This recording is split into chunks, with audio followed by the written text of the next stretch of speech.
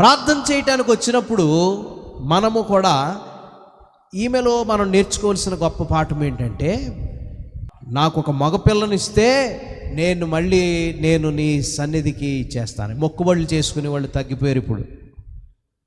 ఎందుకంటే దేవుడే చెప్పాడు కదండి, మొక్కుబడి చేసుకొనకుండుటయే.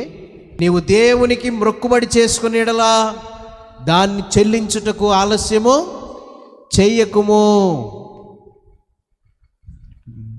బుద్ధిహీనుల యందు ఆయనకి ఇష్టం లేదు. నీవు మొక్కుకొనిన దానిని చెల్లించుము. నీవు మొక్కుకొని చెల్లింపకుండుట కంటే మొక్కుకొనకుండుట ఏ మేలు. ఏది మేలు అది చేస్తాం మనం. ఎందుకంటే మేలు అయినది చెయ్యనిరిగా అన్నాడు కదా యాకోబు అన్న. ఏది మేలు చెప్పండి, ఏది మేలు? మొక్కుకోకుండాటే మేలు అన్నాడు. కాబట్టి ఆఖరి లైన్ పట్టుకుంటాం మనం. ఏనాడు మొక్కుకోం ఏది.